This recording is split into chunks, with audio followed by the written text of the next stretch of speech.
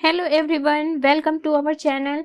इस वीडियो में हम कक्षा 7वीं विषय विज्ञान के अध्याय 12 प्रकाश का परावर्तन के प्रश्नों के उत्तर करेंगे। इस वीडियो को सुनने मात्र से ही आपको सारे प्रश्नों के उत्तर याद हो जाएंगे। तो अगर आपने हमारे चैनल को अभी तक सब्सक्राइब नहीं किया है तो जल्दी से सब्सक्राइब कर लीजिए और इस वीडियो को लाइक कर अपने फ्रेंड्स को जरूर शेयर करें। तो चलिए शुरू करते हैं। सबसे पहले हम पाठ के मध्य में आए प्रश्नों के उत्तर करेंगे। इनमें सबसे पहले इनके उत्तर दीजिए। सबसे पहला प्रश्न है, नियमित तथा अनियमित परावर्तन में अंतर लिखिए। इसका उत्तर है नियमित परावर्तन। जब प्रकाश की समानांतर किरणें चिकनी और चमकदार सतह पर आपतित होती है तो परावर्तित किरणें भी आपस में समानांतर होती हैं। इसे नियमित परावर्तन कहते हैं। इस प्रकार बना प्रतिबिंब स्पष्ट तथा चमकीला होता है। दूसरा है अनियमित परावर्तन। जब प्रकाश की समानांतर किरणें खुरदुरे परावर्तक सतह पर आपतित होती है तो परावर्तित किरणें आपस में समानांतर नहीं होती। इसे अनियमित परावर्तन कहते हैं। इसमें बना प्रतिबिंब अस्पष्ट तथा विकृत होता है। तो इसमें आपको इस प्रकार से नियमित परावर्तन का चित्र बनाना है और ख अनियमित परावर्तन का चित्र इस प्रकार से बनाना है। प्रश्न दूसरा है, परावर्तन के नियम लिखिए। उत्तर, परावर्तन के नियम निम्नलिखित हैं। क, आपतित किरण, परावर्तित किरण तथा आपतन बिंदु पर अभिलंब एक ही तल में होते हैं। ख है, आपतन कोण सदैव परावर्तन कोण के बराबर होता है। अगला है प्रश्न तीसरा, समतल दर्पण द्वारा बने प्रतिबिंब के दो लक्षण लिखिए। इसका उत्तर है, समतल दर्पण द्वारा बने प्रतिबिंब के लक्षण। क, इसमें बना प्रतिबिंब का आकार वस्तु के आकार के बराबर होता है। ख, वस्तु को दर्पण के सामने जितनी दूरी पर रखी जाती है प्रतिबिंब दर्पण से उतनी ही दूर पीछे बनता है। अगला है, इनके उत्तर दीजिए में पहला प्रश्न, वक्रता केंद्र से आप क्या समझते हैं। इसका उत्तर है, गोली दर्पण जिस गोले का एक भाग है उसके केंद्र C को वक्रता केंद्र कहते हैं। प्रश्न दूसरा है, अवतल दर्पण में मुख्य अक्ष के समानांतर आपतित किरण के संगत परावर्तित किरण को चित्र द्वारा दर्शाइए। इसका उत्तर है, अवतल दर्पण में मुख्य अक्ष के समानांतर आपतित किरण परावर्तन के पश्चात जिस बिंदु से होकर गुजरती है उसे फोकस कहते हैं।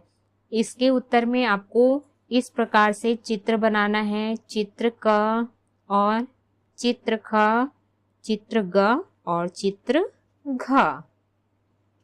अगला है प्रश्न तीसरा, अवतल दर्पण के दो उपयोग लिखिए। इसका उत्तर है, अवतल दर्पण के दो उपयोग हैं। क, टॉर्च तथा सर्च लाइट में प्रकाश को दूर तक फैलाने में किया जाता है।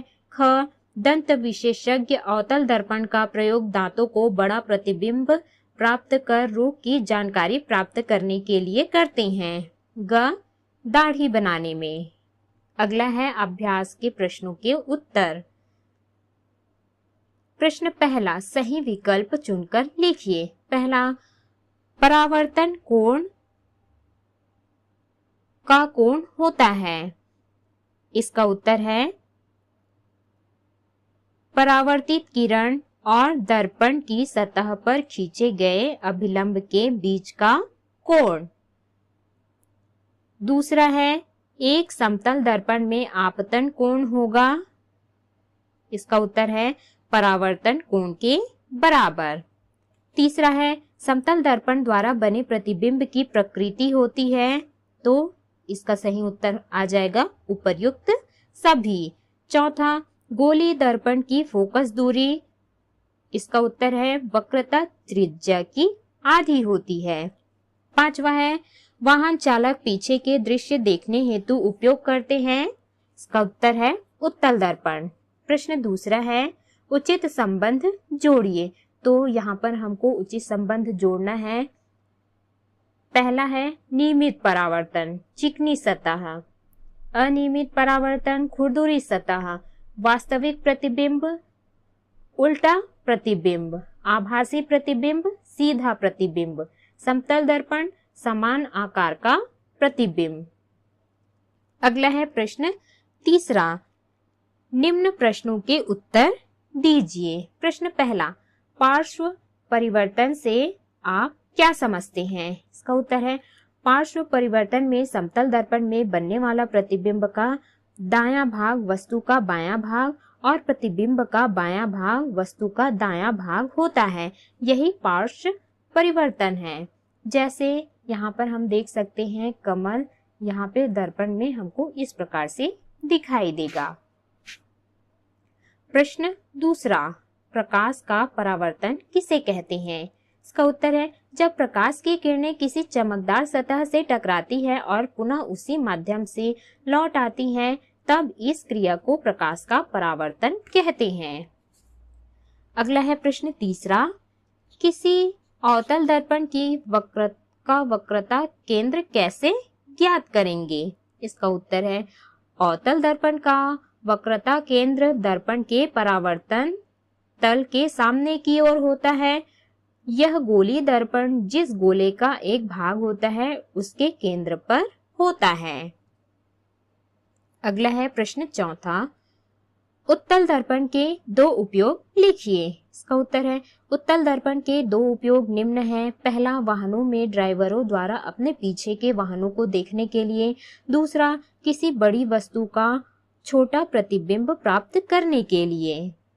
अगला है प्रश्न पांचवा, एक अवतल दर्पण की फोकस दूरी 20 सेंटीमीटर है, इसकी वक्रता त्रिज्या ज्ञात कीजिए। हल है दिया है अवतल दर्पण की फोकस दूरी बराबर 20 सेंटीमीटर, इसलिए अवतल दर्पण की फोकस दूरी वक्रता त्रिज्या की आधी होती है। फोकस दूरी f बराबर 1/2 गुणित वक्रता त्रिज्या या f बराबर 1/2 गुणित r। r बराबर 2 गुणित f, r बराबर मान रखने पर 2 गुणित 20, यहाँ पर उत्तर आ जाएगा r बराबर 40 सेंटीमीटर। तो अवतल दर्पण की वक्रता त्रिज्या r बराबर 40 सेंटीमीटर। अगला है प्रश्न छठवां, अवतल दर्पण द्वारा वस्तु का प्रतिबिंब बनाकर उसकी स्थिति व प्रकृति बताइए। जबकि का वस्तु वक्रता केंद्र पर हो। इसका उत्तर है वस्तु वक्रता केंद्र पर हो। कोई वस्तु वक्रता केंद्र पर हो तो अवतल दर्पण द्वारा वस्तु की प्रतिबिंब की स्थिति वक्रता केंद्र पर होगी और प्रतिबिंब वास्तविक उल्टा तथा वस्तु के बराबर बनेगा। तो इसमें इस प्रकार से चित्र बनाना है। ख है वस्तु वक्रता केंद्र तथा फोकस के बीच हो। वस्तु वक्रता केंद्र तथा फोकस के बीच होने पर अवतल दर्पण द्वारा वस्तु का प्रतिबिंब वक्रता केंद्र के पीछे बनेगा और प्रतिबिंब वास्तविक उल्टा तथा वस्तु से बड़ी होगी। इसमें इस प्रकार से आपको चित्र बनाना है। प्रश्न सातवां है, यदि आप वस्तु के आकार से बड़ा प्रतिबिंब देखना चाहें तो किस प्रकार के दर्पण का उपयोग करेंगे? इसका उत्तर है यदि हम वस्तु के आकार से बड़ा प्रतिबिंब देखना चाहें तो अवतल दर्पण का प्रयोग करेंगे। अगला है प्रश्न आठवां, आपके पास 20 सेंटीमीटर वक्रता त्रिज्या वाला अवतल दर्पण है। एक वस्तु का वास्तविक एवं उसके बराबर प्रतिबिंब बनाने के लिए उसे कहां पर रखेंगे? इसका उत्तर है अवतल दर्पण में कोई वस्तु की स्थिति वक्रता केंद्र में रहने पर उस वस्तु की वास्तविक एवं बराबर प्रतिबिंब बनता है। अतः 20 सेंटीमीटर वक्रता त्रिज्या वाले अवतल दर्पण में वस्तु का वास्तविक एवं बराबर प्रतिबिंब बनाने के लिए वस्तु को अवतल दर्पण के वक्रता केंद्र पर रखेंगे। अगला है प्रश्न 9वां, उत्तल तथा अवतल लेंसों में दो अंतर लिखिए। इसका उत्तर है उत्तल तथा अवतल लेंसों में दो अंतर निम्न हैं। पहला, उत्तल लेंस किनारों की अपेक्षा बीच में मोटे प्रतीत होते हैं। अवतल लेंस किनारों की अपेक्षा बीच में पतले महसूस होते हैं। दूसरा है, उत्तल लेंस उस पर पड़ने वाली प्रकाश की किरणों को अंदर की ओर मोड़ देता है, इसलिए इसे अभिसारी लेंस कहते हैं। अवतल लेंस उस पर पड़ने वाली प्रकाश की किरणों को बाहर की ओर मोड़ देता है, इसलिए इसे अपसारी लेंस भी कहते हैं। तो इस प्रकार से हमने इस अध्याय के सभी प्रश्नों के उत्तर किए। इस वीडियो को सुनने मात्र से ही आपको सारे प्रश्नों के उत्तर याद हो जाएंगे।